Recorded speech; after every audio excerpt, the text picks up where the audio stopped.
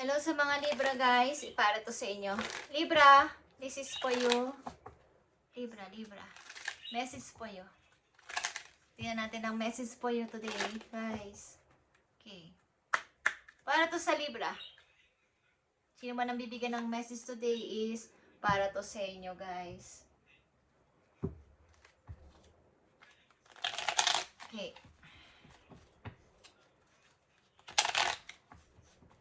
Kayo ba hindi na pagkakatulog, guys? Ilan sa inyo hindi na pagkakatulog? May mga away sa paligid. Something. Kailangan nyo magpahinga. Pahipahinga din pag minsan, guys. Mag-ipon ng energy. Libra.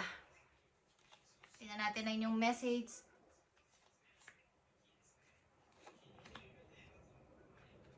I need message for Libra. Page of Wands is here. Kayo ba yung mga bata pa na Libra nandito? 20 pataas. Okay. So marami kayong pangarap pa sa buhay at gusto pang gawin. But konting ingat sa inyong kalusugan, guys, sa mga Libra nandito. Konting pahipahinga. Mag-ipon ng energy at matulog-tulog. Okay lang sa inyo. Kulang sa tulog. Tingnan natin ang payo sa inyo. Dito. Okay, guys. So, andito din ang dolphin at ito ay peace. Okay. Maaaring kailangan nyo ng peace na. Okay, andito ang marriage, guys. Ilan sa inyo ay kasal na Libra nandito? Or ikakasal, guys. So, number 3. Mukhang ito ay kung kayo ay nagkaroon na ng relasyon sa nakaraan, maaaring kayo ikakasal sa pangalawang beses. Okay? Or kung hindi kayo kasal sa una, is maaaring ikakasal kayo this time. Okay? Sa inyong bagong kakilala. So, titingnan natin to, Libra. Page of Cups is here. Meron sa inyong gustong baga, maaaring tao na to ay nanliligaw pa lang sa inyo or gusto mag-message, guys. Okay. So, andito ang 7 of Pentacles. Kayo ay busy sa katrabaho at pag-iipon ng inyong money. At napakadami ninyong problema sa ilang Libra na nandito. Marami kayong pasanin sa buhay, problema, responsibilidad. Kaya kailangan ninyong magtrabaho. Okay? At ang kapalit naman nito is kumbaga gusto nyo rin makabili ng bagong bahay, ilan sa inyo, at makalipat sa bagong bahay, ilan sa inyo. Maaaring meron sa inyo nanliligaw, guys. Okay? Maaaring kayo ay ang mga Libra na nandito ay gusto ng mag-asawa, gusto ng magpakasal, gusto ng lumagay sa sarili nilang pamilya. Kumbaga, bumuo ng sariling pamilya. But, sad to say, meron kayong responsibilidad pa sa pamilya ninyo. I mean, sa inyong magulang or sa inyong mga kung ano man ang inyong pinagkakaabalahan o binibigyan ng suporta is meron pa. Okay, but andito yung happy. Happy kayo sa inyong ginagawa sa ngayon. At maaaring kayo ay merong karelasyon na maaaring pareho na kayo nag-iisip na magpapakasal at gusto nyo makabili ng sariling bahay at doon manirahan kasama ang inyong mga anak o magiging anak ninyo sa hinaharap. Andito yung pag-iipon. Okay? Andito yung pag-iipon.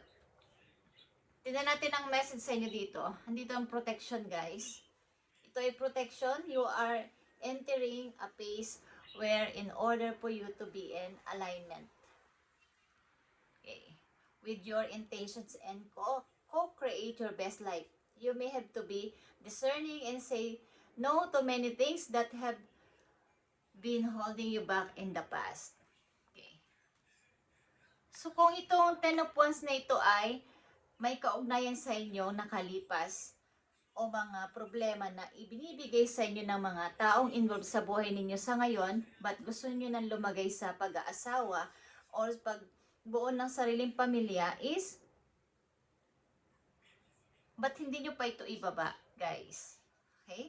Something na kayo ay maaring kayo dati ay nagkaroon na ng karelasyon at ngayon natagpuan nyo na ang bagong person na to na gusto na ninyong magsama sa isang bahay at bumuo ng sariling pamilya. But sad to say, meron pa rin kayong mga responsibilidad na ginagampanan sa inyong family.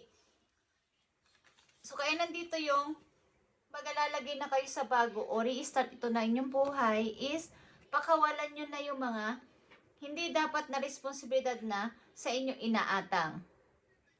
Baga, hindi lang dapat kayo ang mayroon ditong responsibilidad. Mayroon din kayong sariling buhay at gusto rin ng bumuo ng sarili ninyong pamilya. Okay, guys?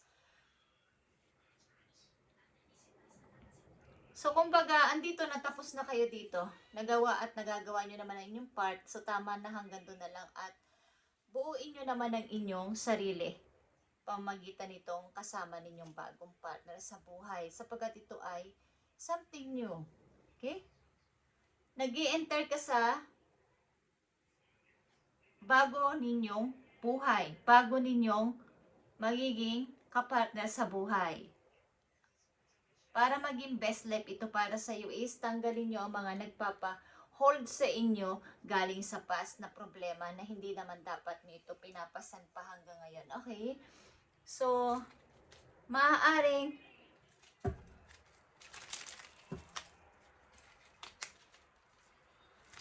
dinadala nyo pa rin ang problema na to hanggang ngayon, bagamat kayo may bago ng, kumbaga gusto nyo na magsimula ng bagong buhay at bumuo ng sariling pamilya. Okay, Libra, nagkukulang ang ilan sa inyo sa tulog at isip ng isip, so kayo ay mag-ipon ng lakas sa inyong sarili para dito sa inyong bubuin na bagong kayo, bagong tao sa buhay ninyo, bago ninyo makakasama sa buhay para maging masaya kayo sa hinaharap, guys. Okay? Kung hindi naman dapat kayo ang nagpapasa nito lahat, ibaba nyo ang mga ilan dito. Okay? Hawakan nyo lang kung ano ang kaya ninyong dalhin. Tulad dito, page of wands ito, guys.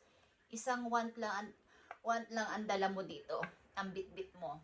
Hindi katulad ditong 10 of wands na to na napakabigat. Halos makuba-kuba ka na sa pagtatrabaho, pagbibigay ng suporta. So, hindi ito nararapat para sa iyo, Libra. Bagamat may magagalit sa iyo o ayaw kanilang paalisin sa ganitong sitwasyon, hindi pwede. Kailangan mo itong bigyan ng end. At kung may mga magagalit sa iyo like this, is depensahan mo ang sarili mo. Huwag mong pabayaan ikaw ay kaya nga nandito ang protection na message sa inyo, guys. Proteksyonan mo ang sarili mo sa mga taong pwede sa iyo magalit at ikaw ay duk-duk-duk-dukin. Sapagkat nalalaman nila na may ipon ka, marami kang kaya mo ng sarili mo. So, yung mga taong pwede sa iyo magalit dito sapagkat iiwan mo na sila sa ere. Pero, nagawa mo na ang part mo. Okay? Tama na, hanggang doon na lang, Libra. Bigyan mo na sila ng limitasyon sa buhay mo at boundaries. Sapagkat, like I said, nagkukulang ka na sa pahinga at energy. Baka ikaw naman ang magkasakit at wala naman sa iyo ditong tutulong. Okay? Mag-isipin mo ang iyong future with your new family or kung kayo ay magpapakasal ulit o bubuo ng sariling pamilya. Maaaring yun sa inyo mamumuhay sa tahimik na lugar with your new partner or kids. Tignan natin to, Libra. Para to sa mga Libra, I need message for Libra. I need message for Libra na nandito sa reading. Maaaring kayo, ilan sa inyo dito ay may anak, guys, na kasama ninyo galing sa nakaraan. Nandito ang 7 of Cups. 8 of Pentacles, guys. 5 of Cups and 3 of Cups. So, pagdami ito ng ipon ninyo, 7 of Pentacles is here at 8 of Pentacles is here. Pagrami ng ipon at may mga plano kayo, kaya lang may mga doubt, may pagdududa o pagbabalance dito sa mga plano nyo at naiisipan. But kailangan nyo tong bawas-bawasan yung pagiging palaisip at pag masyado kayong natatalo ng inyong emosyon sapagkat kailangan nyo tong gawin na maging, parang tanggalin nyo muna yung pagiging ninyong masyadong malambot ang puso. Okay? May hangganan ang lahat, guys, para dito. At bigyan nyo ng attention ng inyong sarili this time. Sapagkat maaaring nasasanay sila, okay? So, maaaring ang inyong ipon ay hindi dito. Kumbaga, pababa kapag ito ay inyong pinagpatuloy. Mauubos ang inyong ipon. Libra. Okay. Tingnan natin ang message po you about sa inyong pera at sa inyong karera. Proteksyonan mo ang sarili mo sa mga taong pwede sa iyo manakit at magsalita ng hindi maganda. Sapagkat nakikita nilang yung pagtatagumpay at maaring ayaw nilang maging masaya ka at maaring nakikita nilang na nakakaipon-ipon ka na, so maaring uubusin nilang ipon mo dito. Sa mga taong involved sa buhay ninyo, magbibigay sila ng problema, guys. At alam mo yan kung sino-sino sila, okay? Sa mga Libra na nandito, I feel kulang ka sa tulog at pahinga. Andito ang student, guys. Ikaw ito as a student, kung hindi ka man literal na estudyante is, andito yung parang ipurso mo pa yung sarili mo na kumbaga, yung mga hindi mo natapos na mga gusto mong gawin ng mga busy-busy ka pa at na delays ng iyong kabataan, is bigyan mo ng pansin sa ngayon kung ikaw ay may mga bakanting oras o naiisingit po sa oras mo ang mga bagay na to is doon ka mag-focus sa ngayon, yung mag-train ka ng kung anong gusto mong gawin at lalago ang inyong kaperahan dito. Okay? Something na ilan sa inyo ay pwedeng maging mentor at hindi naman literal na kayo ay magpapasok ulit sa school, is yung skills ninyo ay maaaring ma-develop dito. Okay? Sa inyong pagtatanong-tanong, pagbabasa-basa, paghahanap-hanap ng mga kasagutan sa mga katanungan nyo sa internet. Marami nang pwedeng gawin ngayon para kayo ay mas, kumbaga, mag-level up ang inyong kaalaman na dati ay naudlot. Okay, guys? Pwede kayong maging mentor. Okay. Learn to manage money yourself or hire a financial advisor for help. Sapagkat ang ilang Libra nandito sa reading ay pataas ang magiging ipon ninyo. So, ang paggastos ninyo ng money ay inyong i-manage or magtanong-tanong how i-manage ito sapagkat baka sa hulit-huli ay kayo ay maupusan at walang tutulong sa inyo. Okay? So, maaaring pa taasin mo pa yung may ganito kang klaseng kaalaman is pag-aralan mo pa mula sa araw na to at maaaring ikaw ay fit ka doon sa pagsasalita, okay? Pagtuturo, something. At may ilan-ilan ding mga tao na lagi sa'yo lumalapit para humingi ng advice. Okay lang sa inyong Libra dito. Kailangan mo maging mabait sa sarili mo at magsalita ka ng no pag hindi na pwede. Mabait ka sa nakakarami, okay? Kailangan mo ng katahimikan din. Makinig ka sa iyong instinct o magtiwala ka sa iyong mga nararamdaman. Simula sa araw na to, huwag kang mag-overthink. Okay, Libra, tingnan natin ang message pa para sa'yo. Para to sa Libra, see the bigger picture. Okay.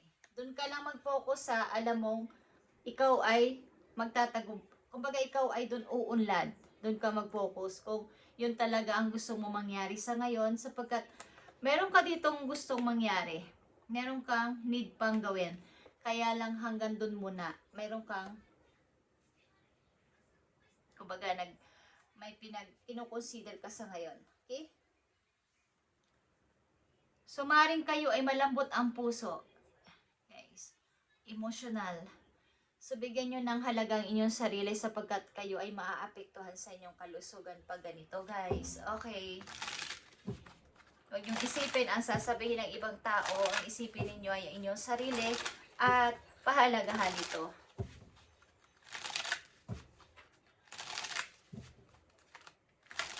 Tingnan natin ang message pa po yun. Dalawang message po, Libra. Thank you, Spirit.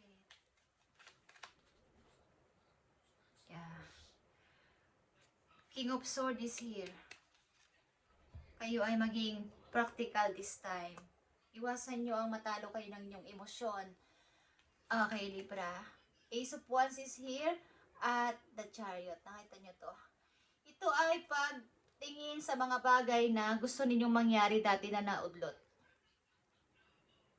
Pagbibigay ng chance sa mga taong pwedeng pumasok sa buhay ninyo na may kinalaman ito sa yung tataas ang inyong pagtingin ulit sa inyong sarili. Magkakaroon kayo ng mga bagong kakilala at mga pagkakaabalahan. Okay? Yung mga dati hindi nyo nagagawa is magagawa nyo na sa ngayon kung ibababa ninyo ang ilan ninyong mga pasanin na to. Sapagkat hindi nyo to kayang bitbitin mag-isa, Libra. Mabigat ito. Mabigat itong problema na to para sa inyo. Something changes. Pag-iisip ng bago sa sarili. Relocation din ito at saka yung pagtingin sa alternative path sa inyong buhay. Okay? May mga makakasalamuha ka ditong ibang tao na magtuturo sa iyo ng mga bago mong kailangan gawin sa buhay. Parang kapaki-pakinabang. Hindi yung nakafocus lang kayo sa isang routine. Okay, Libra? So, see the bigger picture, simula sa araw na to, yung gusto mong mangyari is doon ka lang mag-focus. Okay, at may magandang mangyayari sa'yo. At kung may mga pipirmahan kayo simula sa araw na to ay basahin ninyong mabuti ang inyong kumbaga, pagsasign is basahin yung mabuti ang mga detalye bago kayo mag-sign. Ilan sa inyo is nasa travel guys o nasa malayong lugar na mga Libra na nandito. At maaaring mayroon nga ditong gusto sa iyo magpahayag ng pag-ibig. Maaaring nagme-mail o nagme-message sa iyo. Okay? At bubuo ka ng sarili mong pamilya. Parang parang restart. Okay, Libra.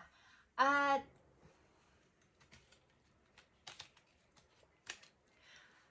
like I said guys, marami kayong dapat pang matuklasan na hindi nyo pa alam na ito pala ay kaya ko. Ito pala ay kaya kong gawin. Ito pala ay kaya kong i-create. Okay? So marami pa kayong mararating. Malayo pa inyong mararating sa mga Libra na nandito. At padami ng padami inyong ipon. Kaya lang ay matutunan nyong i-manage ang inyong pera sapagkat maaari may mga humihingi sa inyo ng tulong guys. Okay. Thank you and God bless, Libra.